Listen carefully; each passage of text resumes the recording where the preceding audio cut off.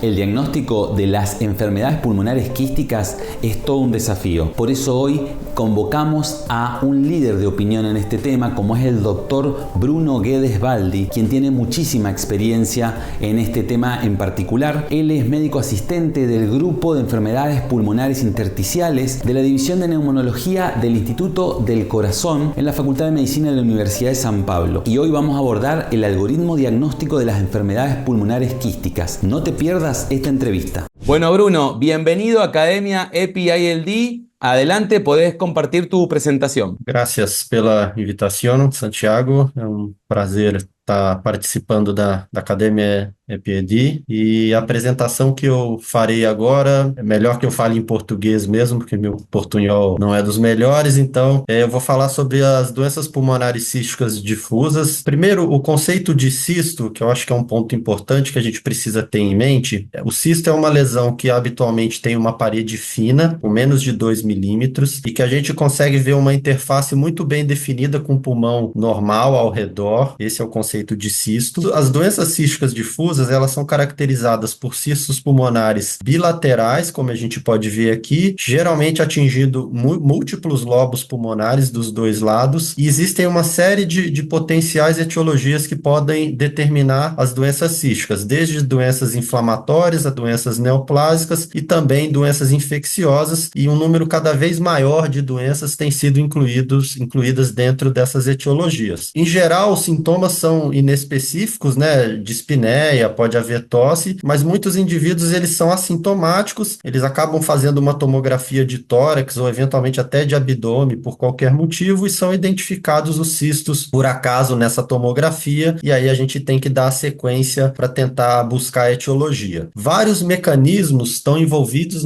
na formação dos cistos, desde obstrução das pequenas vias aéreas com dilatação distal dos espaços aéreos até lesão propriamente dita do parênquima pulmonar, destruição do parênquima pulmonar. E o mais interessante é que a prevalência das doenças císticas certamente ela é subestimada, porque uma série de pacientes é tratado como portador de asma, de DPOC, e muito tempo depois acaba se identificando a doença cística. Isso não é infrequente. Então, como é que a gente aborda os pacientes com doenças císticas? Primeiro, é fundamental a gente ter em mente que a tomografia é o exame capital aqui, fundamentação das doenças císticas. Então, é importante a gente avaliar o número de cistos, se é um número grande de cistos ou se são poucos cistos. É importante a gente ver se os cistos têm paredes mais regulares ou irregulares. Outro aspecto importante é a distribuição e a extensão dos cistos, se são cistos que predominam, por exemplo, em regiões superiores, ou se são difusos, ou se são mais peribroncovasculares, por exemplo. Além disso, as lesões pulmonares associadas como nódulos e vidro esmerilhado, a identificação dessas lesões também é importante para estabelecer o diagnóstico diferencial, e também lesões extrapulmonares, desde angiomiolipomas renais até linfangioleumioma abdominais, lesões cutâneas também vão ser importantes na determinação da etiologia. Só para a gente ter uma ideia da etiologia das principais doenças císticas, esses aqui são dados do nosso ambulatório. A gente desde 2008 aí acompanhou mais de 350 pacientes. A principal doença identificada é a linfangioleumioma em 57% dos casos, em 22% a histiocytose, e em torno de 6% não tem etiologia definida. Só um comparativo com um estudo chinês publicado aí há 3 anos, com mais de 1.000 pacientes. A LAN também é a principal doença, em 70% dos casos. Aqui o Birt-Hog do B, que é uma doença genética que a gente vai ver à frente, acontece em 5% dos casos, e aqui um número maior de pacientes sem etiologia definida, 19% dos casos. Então, começar falando da linfangioleumioma, que a gente observa com mais frequência aí na prática, que ela é uma doença rara, que habitualmente atinge mulheres em idade reprodutiva, e ela é caracterizada mais modernamente como uma neoplasia de baixo grau, com potencial de gerar metástase, que tende a ser progressiva e é causada por mutações nos genes TSC1 e TSC2. Do ponto de vista funcional, na função pulmonar, a manifestação mais mais precoce é a redução da difusão, mas também outras características importantes são o padrão obstrutivo e o aprisionamento aéreo, e a LAN acontece em 80% das vezes da forma esporádica e em torno de 15 a 20% associado ao complexo de esclerose tuberosa, que é uma doença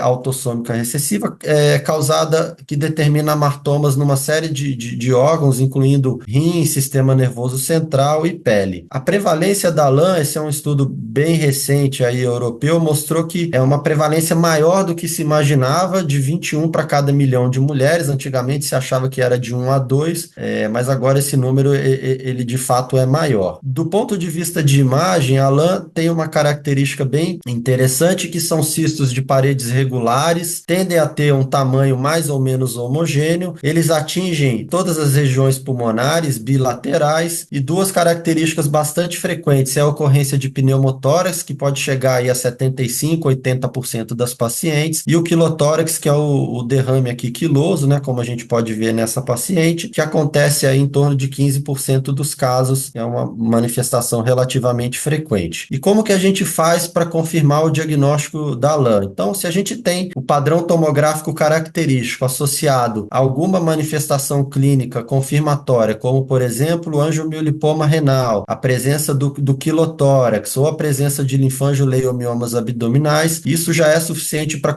confirmar o diagnóstico sem necessidade de prosseguir na investigação. Se a gente observar também a presença de lesões cutâneas compatíveis com esclerose tuberosa, né, como os fibromas periunguiais e os angiofibromas aqui na região facial, isso também é suficiente para confirmar o diagnóstico. Se não houver nenhuma dessas manifestações clínicas, a gente pode utilizar a dosagem do VEGF-D, que é um fator de crescimento de endotélio vascular, que quando ele está acima desses níveis de 800 picogramas por ml, já quando ele está acima de 600 já existe uma alta especificidade para LAN, isso é suficiente para confirmar o diagnóstico, mas a gente precisa lembrar que o VEGF-D ele vai estar associado, na maioria das vezes, a derrame quiloso e a linfangioleiomiomas, que são manifestações confirmatórias também do diagnóstico. No nosso grupo aqui, um estudo publicado há alguns anos, o nível médio do VEGF-D foi perto aí dos 800 picogramas por ml, em níveis maiores em quem tinha esclerose tuberosa. Se o nível do VEGF-D for baixo e não houver as manifestações clínicas características, a gente pode utilizar a biópsia pulmonar, lembrando que a biópsia pulmonar transbrônquica em centros experientes, ela pode ser realizada, é um método seguro que determina uma sensibilidade aí em torno de 70%, então pode ser utilizada, mas se não tiver experiência nessa situação, a recomendação é que seja realmente feita uma biópsia cirúrgica, e já existe uma série de casos já demonstrando o papel da criobiópsia transbrônquica aí como potencial para determinar o diagnóstico da LAN. E o que a gente observa na patologia? Então, na patologia a gente vê no HE as lesões císticas características, com nódulos pulmonares ao redor desses cistos, e na imunistoquímica a gente observa a positividade para a quitina de músculo liso e a positividade para o HMB45, que é um fator de crescimento de melanócitos, que tem uma especificidade alta para células da LAN. A segunda doença que eu gostaria de comentar é a estiocitose pulmonar de célula de Langerhans, que é uma doença neoplásica de etiologia não claramente determinada, mas que está, na grande maioria das vezes, relacionada ao tabagismo, em mais de 90% dos casos, e além da infiltração da célula de Langerhans, existe uma resposta inflamatória associada com acúmulo de eosinófilos, por exemplo. É uma doença que também atinge pessoas jovens, na maioria das vezes aí dos 20 aos 50 anos. O pulmão está envolvido isoladamente aí em torno de 70% dos casos. Outros órgãos que podem ser acometidos são pele, osso e o eixo hipotálamo hipofisário. Semelhante à LAN, as manifestações funcionais são parecidas, né? A redução da difusão e o padrão obstrutivo. E aqui, diferentemente da LAN, a hipertensão pulmonar acaba sendo uma manifestação muito mais frequente, chegando aí a em torno de 40%, e a gente acaba tendo que fazer um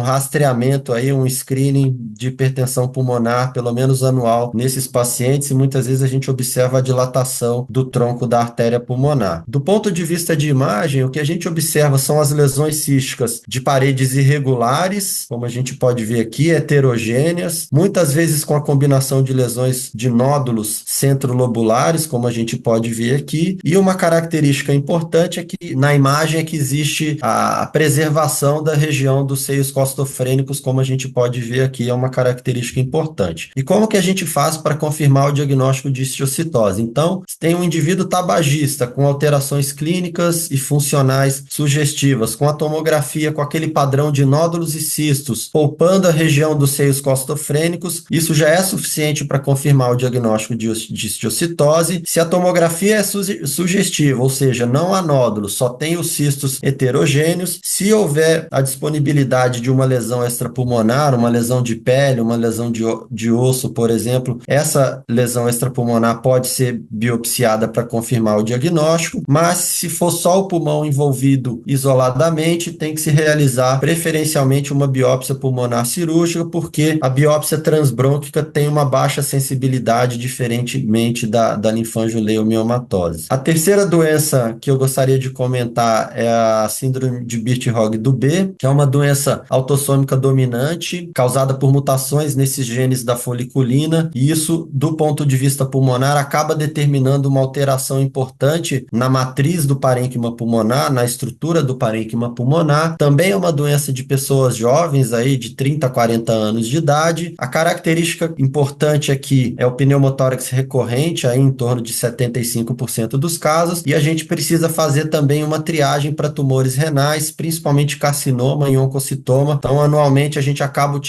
realizando um exame de imagem do abdômen para pesquisar esses tumores renais. Existe uma história familiar de pneumotórax na maioria das vezes, e uma alteração cutânea bastante característica são esses fibrofoliculomas, que são essas lesões hipocrômicas na região de face e pescoço, e aqui, geralmente, o acometimento na função pulmonar, a alteração na função pulmonar é leve. Do ponto de vista de imagem, a síndrome de Birt-Hogg-Dubé tem uma característica bem peculiar, que são esses cistos paramediastinais, muitas vezes mais elíptico, predominando nas regiões inferiores, e são cistos bem menos frequentes do que nas outras doenças que eu comentei. A quarta doença que eu gostaria de comentar é a pneumonia intersticial linfocítica, que ela está dentro do espectro de doenças linfoproliferativas, dentro das doenças benignas, e ela, na maioria das vezes, ela está associada a alguma doença sistêmica, por exemplo, a síndrome de Sjögren, artrite reumatoide, estados de imunodeficiências, por exemplo. A gente tem que fazer essas pesquisas na avaliação, na investigação, quando a gente identifica um paciente com pneumonia intersticial linfocitária. Aqui os cistos, eles são perivasculares, então sempre o cisto ao redor de um vaso pulmonar, predominando nas regiões inferiores. São também cistos pouco extensos, né, em número pequeno, e muitas vezes a gente consegue identificar áreas em vidro esmerilhado e muitas vezes com nódulos centrolobulares na imagem. Aqui é fundamental que seja feita uma avaliação complementar para pesquisar uma doença sistêmica, né, síndrome de Sjögren, por exemplo. Então, cintilografia de glândulas salivares, um painel autoimune amplo, né, com ANA, fator reumatoide, anti-RO, anti-LA, dosagem sérica de imunoglobulinas. O HIV também é uma das doenças associadas ao padrão de pneumonia intersticial linfocitária. Se a gente não identificar nenhuma doença de base, a gente tem que realizar uma biópsia pulmonar, e o que a gente identifica classicamente é uma infiltração, uma proliferação linfocitária com a presença desses centros germinativos aqui na biópsia. Isso confirma o diagnóstico. Além dessas doenças, uma série de outras potenciais causas e etiologias têm sido cada vez mais incluídas no diferencial das doenças císticas, lembrando da doença de depósito de cadeia leve, né, que é uma doença também caracterizada por proliferação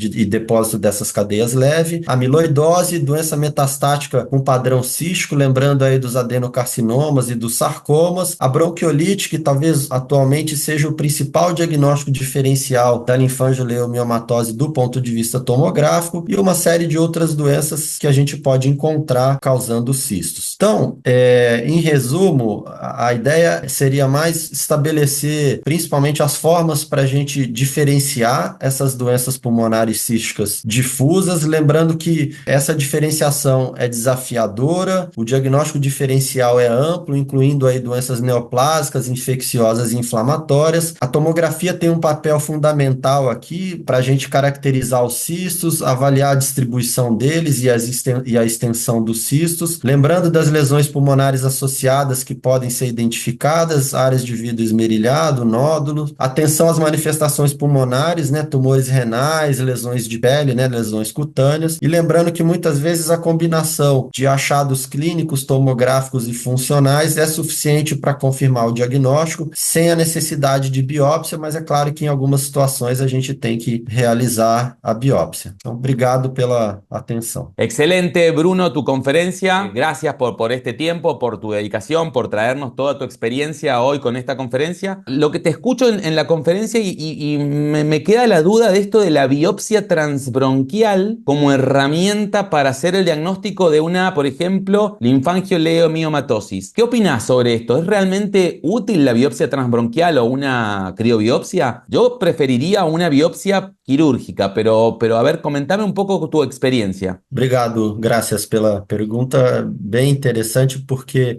antigamente se existia um receio, um medo de biópsia por via transbrônquica em pacientes com doença cística, tendo em vista um risco de pneumotórax. Mais modernamente, principalmente em centros, claro, que tenham já alguma experiência, a gente realmente consegue fazer o diagnóstico, não precisa de uma amostragem muito grande, como a obtida pela biópsia cirúrgica, e esse procedimento ele pode ser feito com segurança, sem um risco grande de desenvolver pneumotórax. Então, a gente consegue evitar uma biópsia cirúrgica e as potenciais complicações da biópsia cirúrgica, e a gente consegue fazer o diagnóstico por uma via menos invasiva. Claro que precisam ser centros experientes que já fizeram algumas biópsias nesse tipo de alteração, mas a gente tende a sempre que possível, se o paciente tiver condição clínica, utilizar a via transbrônquica ou biópsia transbrônquica ou por criobiópsia mesmo. Então é uma alternativa. Excelente, para tenerlo en cuenta entonces como una alternativa más de diagnóstico. Y también volviendo al diagnóstico en la linfangioleiomyomatosis, la medición sérica del factor de crecimiento endotelial vascular de cuándo es realmente necesario, cuándo, cómo y por qué. Porque la realidad es que es una gran pregunta, que hay muy pocos centros en Latinoamérica que pueden tomar la muestra y,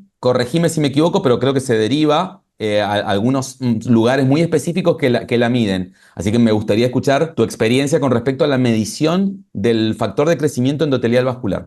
O VGFD, ele é uma alternativa principalmente naqueles casos em que não existem outras manifestações clínicas que vão confirmar o diagnóstico, mas a questão é que na maioria das vezes ele está associado, ele é maior naquelas pessoas que têm as manifestações extrapulmonares que vão confirmar o diagnóstico. Então, muitas vezes, quando tem poucos cistos na tomografia, doença muito leve, a gente pode até realizar o VGFD, mas na grande maioria das vezes ele vai vir normal, ele vai vir negativo, mas é uma alternativa. Naquelas situações onde a gente tem uma extensão maior de cistos, uma doença moderada, uma doença avançada, talvez seja a alternativa que a gente pode ainda ter uma positividade do VGFD, mesmo sem a ocorrência de lesões extrapulmonares, principalmente quando a doença está progredindo. De fato, é um problema porque tem, mesmo nos Estados Unidos e na Europa, são poucos centros que fazem. Esse material, muitas vezes, ele é enviado para análise em Barcelona ou em Cincinnati mesmo, que são os principais centros que acabam fazendo. A gente tem alguns centros no Brasil, alguns laboratórios que fazem, né, talvez uns 4 ou 5 laboratórios que a gente tem disponibilidade para fazer. ¿En Brasil, que lo miden en Brasil? Sim, em Brasil. Ah, mira que bien. Mas o material é enviado também para fora para análise, então demora um pouquinho para ter o resultado, mas a gente tem utilizado, varia aí o custo aí de 200 a 400 dólares, dependendo Sí. Yo he tenido algunos casos y lo he derivado, yo estoy en Argentina, y lo he tenido que derivar a Chile para que tomen la muestra, y también la muestra se derivó y se midió en Barcelona. Entonces, sí, es como complicado el acceso a la medición. Bueno, ustedes quizá lo tienen más fácil el acceso a la medición, pero tiene su costo, ¿no? E hay que saber quando, ¿no? Eu diria que assim, é uma medida importante, mas se a gente também não tiver ela disponível, a gente consegue, vai ter que chegar ao diagnóstico de alguma outra forma. E aí, muitas vezes, a gente acaba utilizando a biópsia pulmonar. Ele ainda não tem um papel totalmente estabelecido em relação a prognóstico e resposta a tratamento, mas para o diagnóstico nessas situações específicas ele funciona bem. Bueno, excelente, Bruno. Y a ver, se me ocurre una última pregunta, que sería con respecto a la neumonía intersticial linfoide, que es un tema que me encanta. Si te viene un paciente con una neumonía intersticial linfoide, una biopsia quirúrgica donde se confirmó el diagnóstico de neumonía intersticial linfoide y vos no sabés más del paciente, solamente sabés eso. ¿Cuál sería tu algoritmo de estudios complementarios que le pedirías a este paciente para descartar? Vos mencionaste varias etiologías, varias enfermedades que pueden ser responsables de la neumonía intersticial linfoidea. ¿Qué estudios complementarios le pedirías a este tipo de paciente? Obrigado aí pela pergunta. Acho que é bem interessante porque, nesse caso, a gente precisa fazer uma abordagem ampla, né? No sentido de descartar doenças autoimunes, né? Doenças do tecido conectivo, e aí, principalmente, a síndrome de Sjögren e a artrite reumatoide. Então, a gente acaba pedindo um painel autoimune, pelo menos um FAN, né? O ANA, o fator reumatoide, o anti-CCP, se tiver disponível, né? O peptídeo citrullinado, o anti-RO e o anti-LA. E aí, às vezes, dependendo do padrão do FAN, às vezes não tem os autoanticorpos positivos, mas dependendo do padrão do FAN, a gente pode aproximar do diagnóstico de síndrome de Sjögren. A gente acaba fazendo de rotina uma cintilografia de glândulas salivares e mesmo se a cintilografia de glândulas salivares vier normal, se o paciente tiver a queixa de xerostomia, por exemplo, a gente faz a biópsia de lábio, muitas vezes para confirmar a síndrome de Sjögren. Então, a cintilografia normal não necessariamente exclui o diagnóstico de Sjögren. A gente pode também fazer, se houver xerostomia, uma avaliação ocular, né, o teste de Schirmer, por exemplo, para confirmar o diagnóstico. Então, isso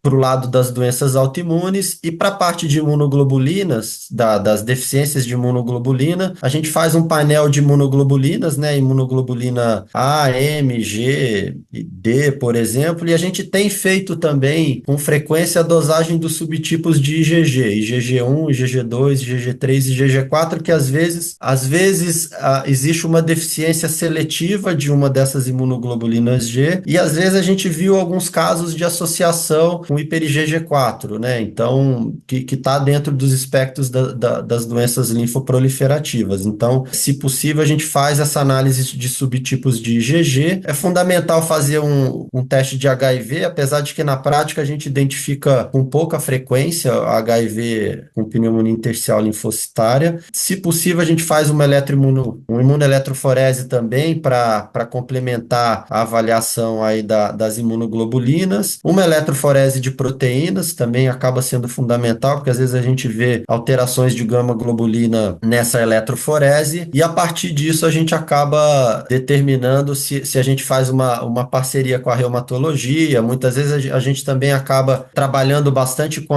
o pessoal da imunologia também, e a gente tem visto também alguns casos, né, dentro dessa linha de imunodeficiências, o GLIUD, né, que está dentro das doenças linfoproliferativas também, que tem sido cada vez mais descrito também. Então, Comúnmente asociada a la inmunodeficiencia común variable. isso, La neumonía exatamente. intersticial linfoidea granulomatosa asociada sobre todo a la inmunodeficiencia común variable y a otro tipo de inmunodeficiencia, sí, es cierto.